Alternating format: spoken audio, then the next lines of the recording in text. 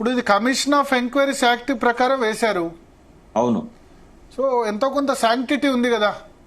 Sanctity ఉందా లేదా అనేది వాళ్ళు కరెక్ట్ సమాచారాన్ని తీసుకున్నారా, కరెక్ట్ ఎంక్వైరీ మీకు నచ్చని సమాచారం మీకు నచ్చిన విధంగా రిపోర్ట్ ఇవ్వకపోతే సమాచారం కరెక్ట్ లేదని ఎట్లా అంటారు? నేను అనేది అట్లా అనట్లేదు. ఇప్పుడు ఉదాహరణకు భరత్ గారు, నేను స్వయంగా తుమ్మిడేటి నుంచి ఎందుకు మార్చాల్సి వచ్చిందో అన్ని పేపర్ల ఆధారంగా ఆయన ముందట పెట్టాను. నీళ్లు లేవనే విషయాన్ని కూడా సిడబ్ల్యూసి ఇచ్చిన పేపర్స్ కూడా ఆయన ముందర పెట్టాను.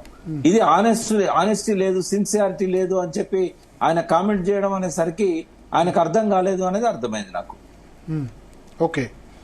సో ఇప్పుడు అట్లా కొన్ని ఉన్నాయి. ఇంకా ఇప్పుడు రేవంత్ రెడ్డి ప్రభుత్వం అసెంబ్లీ సెషన్ పెట్టి ఆ తర్వాత సిట్ ఏర్పాటు చేస్తుంది, తర్వాత కేసు ఫైల్ చేస్తుంది అందరి మీద, ఇన్క్లూడింగ్ కేసీఆర్ అంటున్నారు. అవి నిలబడవు. వాళ్ళు కేసులు పెట్టే అవకాశం ఉంది, బట్ అవి ఒక్క పెన్నుపోటుతోనే ఎగిరిపోతాయి హైకోర్టులో గానీ సుప్రీంకోర్టులో. సరే ఫస్ట్ సరే ఇప్పుడు కేసులు నిలబడాలంటే కేసులు 5-6 సంవత్సరాలు ఈజీగా పడుతుంది, బట్ అరెస్ట్ అయితే చేసే అవకాశం ఉంది కదా దీని ఆధారంగా. ఇప్పుడు భరత్ మనం మాట్లాడుకునే లోపల కూడా కేసీఆర్ అరెస్ట్ చేయొచ్చు, కేటీఆర్ అరెస్ట్ చేయొచ్చు, ఎవరినైనా అరెస్ట్ చేయొచ్చు. ఎందుకంటే పొలిటికల్ డిసిషన్స్ అరెస్ట్లు అనేటి. ఈ కేసు బట్టి మాత్రం అరెస్ట్ చేయడానికి లేదు. ఇప్పుడు పీసీ ఘోష్ గారు ఇచ్చిన దానిలో అరెస్ట్ చేయడానికి అవకాశం లేదు. పొలిటికల్ గానే ఏదైనా బట్టగాల్చి యాక్షన్ అన్నారు కదా, యాక్షన్ అని చెప్పారు కదా, చర్య. యాక్షన్ అంటే ఏంటంటే ఫర్దర్ యాక్షన్ అంటే ఏంటంటే ఈయన చెప్పిన అబ్జర్వేషన్స్ మీద డీటెయిల్డ్ ఎంక్వైరీ జరగాలి. మళ్ళా ఇప్పుడు ఈయన మేడిగడ్డలో కేబినెట్ అప్రూవల్ జరగలేదు అనేది ఒకటి ఉంది. కేబినెట్ అప్రూవల్స్ ఉన్నాయా లేవా అనే దాని మీద మళ్ళీ ఎంక్వైరీ జరగాలి. ఒక ఐఏఎస్ ఆఫీసర్ను ఇంకొకరినో ఎవరినో వేయాలి. లేదా క్రిమినల్ సంబంధించినవి 350 కోట్లు అనవసరంగా పే చేశారు కాంట్రాక్టర్లకు అని అన్నారు. దాని మీద మళ్ళీ ఎంక్వైరీ జరగాలి. మళ్ళీ ఎంక్వైరీ జరిగినాక పోలీస్ కేసు పెట్టాలి. అంటే యాక్షన్ తీసుకోమనంటే అరెస్ట్ చేయడం కాదు, వారెంట్ ఇష్యూ చేయడం కాదు, ఇమ్మీడియట్ గా క్రిమినల్ కేసు పెట్టడం కాదు, ఎఫ్ఐఆర్ ఇష్యూ చేయాలి కదా. ఎఫ్ఐఆర్ ఇష్యూ చేయాలంటే దాని ఫస్ట్ ఇన్ఫర్మేషన్ కంప్లైంట్ ఇవ్వాలి. కంప్లైంట్ లో పీసీ ఘోష్ గారు చెప్పిన దాని మీద పీసీ ఘోష్ గారు కంప్లైంట్ కారు కదా, మళ్ళీ ఒక అధికారి రావాలి దాని మీద ఎంక్వైరీ చేయడానికి. ఐపీసీ సెక్షన్స్ కింద ఆ బాధ్యత అతను అంటే కేసు పెట్టి ఇన్వెస్టిగేషన్ చేసే బాధ్యత ఒక అధికారి తీసుకోవాలి, ఇన్వెస్టిగేటింగ్ ఆఫీసర్. ఇవన్నీ ఉంటాయి. అందుకే సిట్ అని అంటున్నారు. కేసీఆర్ ఇది ప్రెడిక్ట్ చేసే చెప్పారా ఎప్పుడైనా అరెస్టులు జరగచ్చు, మన వాళ్ళని కూడా అరెస్ట్ చేయొచ్చు అని చెప్పారు కదా మొన్న. అది పీసీ ఘోష్ కమిషన్ సంబంధం కాదు. రేవంత్ రెడ్డి అనుకుంటే అరెస్ట్ చేయొచ్చు, ఏ విషయం మీదనైనా చేయొచ్చు. ఏముంది, ఒక కేసు బుక్ చేయడానికి ఎంతసేపు పడుతుంది? ఇప్పుడు కేటీఆర్ ని ఇప్పుడు అరెస్ట్ చేయొచ్చు కార్ల కేసులో. ఒకవేళ నిజంగా ఇప్పుడు కేసీఆర్ అరెస్ట్ అన్న జరిగితే అదేంది పొలిటికల్ గా అంటే రాజకీయ విశ్లేషకుడుగా చెప్పండి, అది బీఆర్ఎస్ కి అడ్వాంటేజా లేకపోతే కాంగ్రెస్ కి అడ్వాంటేజా? ఎందుకంటే రెండు వైపులు మాట్లాడుతున్నారు. ఒకటేమో కేసీఆర్ మీద అన్ని ఆరోపణలు చేసి మీరు ఏమీ చేయకపోతే ఎట్లా అని కాంగ్రెస్ పాయింట్ ఆఫ్ వ్యూలో కొద్దిమంది క్వశ్చన్ చేస్తున్నారు.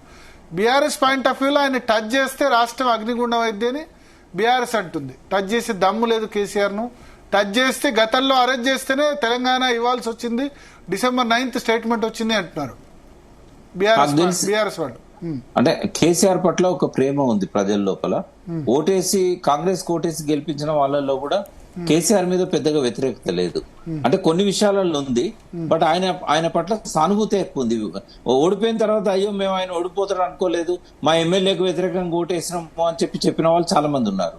బట్ ఇవాళ కేసీఆర్ ని ఏ కేసులో అరెస్ట్ చేసినా దాని వెనకాల జెన్యూనిటీ ఉన్నా కూడా, ఒకవేళ ఆయన చేసిన తప్పు విచారించడానికి అర్హత ఉండి ఎఫ్ఐఆర్ నమోదైనా కూడా ఇమ్మీడియట్ సింపతి అది కేసీఆర్ కే వస్తుందని నేను అనుకుంటున్నా. ప్రజలతో ఉన్న అనుబంధాన్ని దృష్టిలో పెట్టుకొని చెప్తున్నా. అంటే కక్ష సాధింపని అనుకుంటారు ప్రజలు దాన్ని. అంటే ఖచ్చితంగా దాని వెనకాల కరెక్ట్ ఆధారాలు ఉన్నా కూడా కక్ష సాధింపే అనుకుంటారు. అంటే జెన్యున్ కేసు అయినా సరే నిజంగా తప్పు చేశాడు అని ప్రాథమిక సాక్ష్యాధారాలు ఉన్నా సరే తప్పనే మెజారిటీ ప్రజలు అట్లే అనుకునే అవకాశం ఉంది. కాంగ్రెస్ వెనకాల ఉన్న వాళ్ళేమో శాస్త్రం జరిగింది అంటారు, కేసీఆర్ పట్ల వ్యతిరేకత ఉన్న వాళ్ళు కూడా మంచి పని అయిందని అనుకుంటారు. బట్ మెజారిటీ ప్రజలు నేను అనేది ఏంటంటే వాళ్ళకు నాకు తెలిసి ఒక 40-45% ఆ సానుకూలత తెలంగాణలో ఇప్పటికి ఉందని నేను అనుకుంటున్నా. ఈ 1.5 year లో కొంత గ్రాఫ్ పెరిగింది అని నేను అనుకుంటున్నా. 37% ఓటింగ్ వచ్చింది అప్పుడు కేసీఆర్ కు. సో 40-45% అనుకూలంగా ఉంటారు. బట్ మిగతా వాళ్ళు వ్యతిరేకం, మరి మిగతా 50% అందరు వ్యతిరేకం కాదు, చాలా మంది న్యూట్రల్స్. ఒక 20% 30% వ్యతిరేకులు ఉంటారు, వాళ్ళు సంతోషపడతారు. బట్ మెజారిటీ న్యూట్రల్ పీపుల్ కూడా కేసీఆర్ పట్ల సానుకూలంగా ఉంటారు. మీరు రేవంత్ రెడ్డి అయితే ఏం చేస్తారు ఈ విషయంలో? స్ట్రాటజీ రేవంత్ రెడ్డి మీద కూడా సానుభూతి వచ్చింది కదా, ఆయన జైల్లో ఉండి బయటకు వచ్చిన తర్వాత ఆయనకు కూడా పెద్ద ఎత్తున సానుభూతి వచ్చింది. ఎందుకంటే ఇది పొలిటికల్ కేసు, కావాలని చెప్పి రేవంత్ రెడ్డిని అరెస్ట్ చేశాడు, బిడ్డ పెళ్లికి కూడా రానియలేదు. అసలు రేవంత్ రెడ్డిని ఈ రోజు చేసింది 90% కేసీఆర్ గారు. నాకు తెలిసి ఓటుకు నోటు కేసులో కంటే సింపతి వచ్చింది డ్రోన్ కేసులో అరెస్ట్ అయినప్పుడు సింపతి వచ్చింది. అసలు అవసరమే లేదు కదా భరత్ గారు, డ్రోన్ కేసులో ఆయన అరెస్ట్ చేయాల్సిన అవసరం ఉందా? 12 రోజులు జైల్లో పెట్టారు, అప్పుడు సింపతి. డ్రోన్ కేసు ఒకటి, రెండోది కొడంగల్ ఎలక్షన్ ముందు ఇంట్లో బెడ్రూమ్ కి వెళ్ళి అరెస్ట్ చేశారు కదా. నేను ఒక మాట చెప్తా, ఎదురే లేని తెలంగాణలో ఒక వెంపలి చెట్టును మర్రి వృక్షం చేశారు వీళ్ళు. ఏం చెట్టును? వెంపలి చెట్టు అంటాం. వెంపర్ చెట్టు అంటే మనం పాదాలంత ఉంటాయి అవి చిన్నగా, ఆ పాదాలంతున్న చెట్టును మర్రి చెట్టును చేశారు. ఎవరు? కేసీఆర్. ఇది ఆ ఖ్యాతి అంతా ఇద్దరికే దక్కుతుంది, తండ్రికి కొడుక్కి. కేసీఆర్ కేటీఆర్ ఇద్దరు కావాలని కదా రెచ్చగొట్టుకొని, కావాలని సింపతి క్రియేట్ చేసి రేవంత్ రెడ్డికి ఆయన ఒక హీరో చేసి, ఆయన జీవిత గమనం చూసినట్టయితే ఆయన జీవితాంతం కేసీఆర్ గారికి రుణపడి ఉండాలి. ఆయన ముఖ్యమంత్రి అయిన దానిలో సరే వెనక నుంచి వేరే వాళ్ళు సపోర్ట్ చేసినా కూడా ఇండైరెక్ట్ గా ప్రజలల్లో సానుభూతి పెంచింది కేసీఆర్ గారు. ఓకే ఓకే, ఎందుకట్లా చేశారు మరి? పొలిటికల్ క్యాల్కులేషన్ లేనట్ట, అంటే మనకెదురు లేదనే ఒక ఆ గర్వం ఉంటుంది కదా, ఆ గర్వం ఇవాళ ఆ స్థాయికి తీసుకెళ్ళింది. ఓకే, సో అప్పుడు ఇప్పుడు మీరన్నే డ్రోన్ కేసు అయినా లేకపోతే ఆ ఇంట్లో బెడ్రూమ్ లోకి వెళ్ళి ఎలక్షన్ సందర్భంగా కొడంగల్ అరెస్ట్ చేసింది ఆయన, అంటే ఏ అరెస్ట్ అయినా కూడా అరెస్ట్ అయిన వాళ్ళ పట్ల సింపతి వస్తుంది. భారతదేశంలో కొద్దిగా హీరో వర్షిపింగ్ అనేది ఉంది. రాముడు కృష్ణుడు ఆరాధించబడే సమాజం మనది.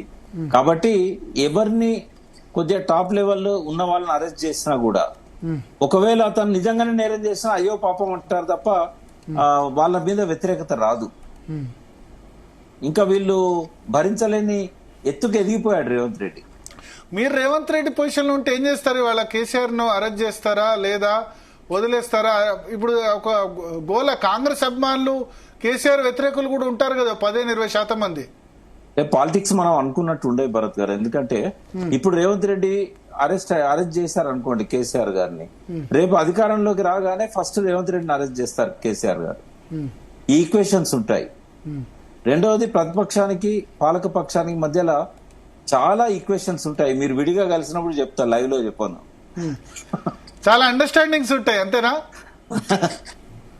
చాలా అండర్స్టాండింగ్ మనం తెలుసు నాకు, బట్ చాలా మంది ప్రజలకు అర్థం కావాలి. ఎందుకంటే ప్రజలకు కార్యకర్తలకు అర్థం కావాలి. చెప్తాను, ప్రజలకు ఊర్లలో కార్యకర్తలు.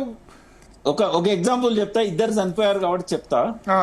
ఎస్ రామచంద్రరావు గారు high court senior advocate, Rajasekhara Reddy గారు ప్రతిపక్ష నాయకుడు. చంద్రబాబు మీద 13 కేసులు ఫైల్ చేశాడు హైకోర్టులో. అన్ని కూడా రుజువు అయ్యే పరిస్థితి వచ్చింది. ఒక రాత్రికి రాత్రి మొత్తం కేసులు విడ్రా చేసుకున్నాడు ప్రతిపక్ష నాయకుడైన రాజశేఖర రెడ్డి. 90 మంది ఎమ్మెల్యేలు ఉన్నారు ఆయన వెనకాల. ఎందుకు చేసుకున్నాడు? ఏమైంది అప్పుడు చంద్రబాబు? అదే, ఇది సంబంధాలు ఇచ్చిపుచ్చుకునే సంబంధాలు ఉంటాయి కాబట్టి. ఓకే, సో ఇది రాజకీయ పార్టీల కార్యకర్తలకు చెప్పాలి మీరు ఊర్లలో. ఎందుకంటే ఇంతకు ముందు తెలంగాణలో అయినా ఆంధ్రప్రదేశ్లో అయినా సరే, ఆంధ్రప్రదేశ్ పక్కన పెడితే తెలంగాణలో అయితే ఎన్నికల వరకే రాజకీయాలు ఉండేవి. ఇప్పుడు ఎన్నికలైనా ఇప్పుడు 5 సంవత్సరాలు రాజకీయాలు చేస్తారు. కార్యకర్తల పైన పిచ్చి రేగినట్టు కొట్టుకుంటున్నారు. నాయకులు అందరు చీకట్లో కలిసి ఎవరిది వాళ్ళు అండర్స్టాండింగ్ చేసుకుంటున్నారు. అంటే ఇప్పుడు నిక్కచ్చిగా ఉన్నట్టు చెప్పడం వల్లనే నేను అందరికి దూరం అయినాను. ఇంకా మిగిలింది ఏం లేదు. ఏదడిగినా మీరు నిక్కచ్చిగా చెప్తున్నారు కాబట్టి జనం చూస్తున్నారు. ప్రకాష్ గారు, మీరు అందరిలాగా చెప్తే, అందరు విశ్లేషకుల్లాగా మీరు నిక్కచ్చిగా చెప్తున్నారు కాబట్టి జనం మీద ఆసక్తిగా చూస్తున్నారు. మీరు నిక్కచ్చిగా చెప్పకుండా అబద్ధం చెప్తే చూడరు కదా. చెప్పాల్సి వచ్చినప్పుడు తప్పకుండా చెప్పాల్సి. ఇప్పుడు ఎందుకంటే ఇవాళ ఏమంటారు, తెలంగాణ సిద్ధాంతకర్త ప్రొఫెసర్ జయశంకర్ గారి పుట్టినరోజు, జన్మదినం. సో ఇప్పుడు మళ్ళీ ఏమంటారు, తెలంగాణకు అటువంటి సిద్ధాంతకర్త కావాలి. జయశంకర్ గారు ఆ తర్వాత కోదండరామ్ ఉండే, ప్రొఫెసర్ కోదండరామ్ గారు ఉండే జేఏసీ చైర్మన్ గా ఉన్నంత కాలం. తర్వాత మళ్ళీ పాలిటిక్స్ వచ్చిన తర్వాత కొంత తగ్గింది. జయశంకర్ గారికి కూడా చనిపోయే ముందు మాట ఇచ్చాను నేను. ఏమని? నేను పదవులకు అమ్ముడు పోను సార్, తెలంగాణ కోసమే ఆఖరి శ్వాస దాకా ఉంటాను అని చెప్పాను. కానీ కాళేశ్వరం విషయంలో మీ మీద చాలా విమర్శలు వస్తున్నాయి. మిగతా విషయాలు ఓకే గానీ మీరు డిఫెండ్ కొంచెం ఎమోషనల్ అవుతున్నా భరత్ ఇప్పుడు గారు. ఎందుకంటే కొద్దిమంది కామెంట్స్ పెడుతున్నారు. ఆ.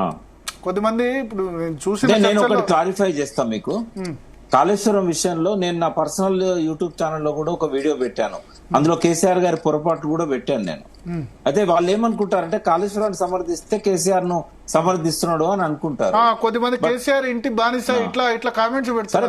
పెట్టనియండి, వాళ్ళ వాక్ స్వాతంత్రం ఉంది, మీరు అవకాశం ఇస్తున్నారు కాబట్టి ఏదైనా పెడతారు. నేను దాన్ని పట్టించుకోను, కామెంట్స్ కూడా నేను చదవను. కానీ ఒక్కటి మాత్రం నిజం, కాళేశ్వరం విషయంలో మాత్రం బయట ఏం మాట్లాడుతున్న వాళ్ళైనా తప్పుగా మాట్లాడుతున్నారు అనేది మీరు 1-on-1 ఎప్పుడైనా మనము లైవ్ లో కూర్చుంటే కాళేశ్వరం మీద మీరు ఒక 100 ప్రశ్నలు అడగండి. వీళ్ళందరూ మీరు అన్నారు కదా ఇప్పుడు మీ అరగో- ఛానల్లో కేసీఆర్ చేసిన తప్పులని ఏంది చెప్పండి.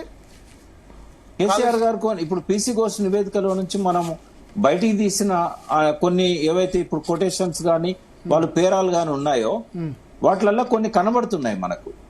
అయితే అవి ఇంటెన్షనల్ గా కేసీఆర్ చేసిండా అని నేను అనుకోవట్లేదు. ఉదాహరణకు మే నెలలో నీళ్లను విడుదల చేయొద్దని కేసీఆర్ అన్నాడు అని ఓఎన్ఎం వాళ్ళు చెప్పారు. నాగేంద్ర బాబు గారు అనుకుంటా, నాగేంద్రరావు గారు.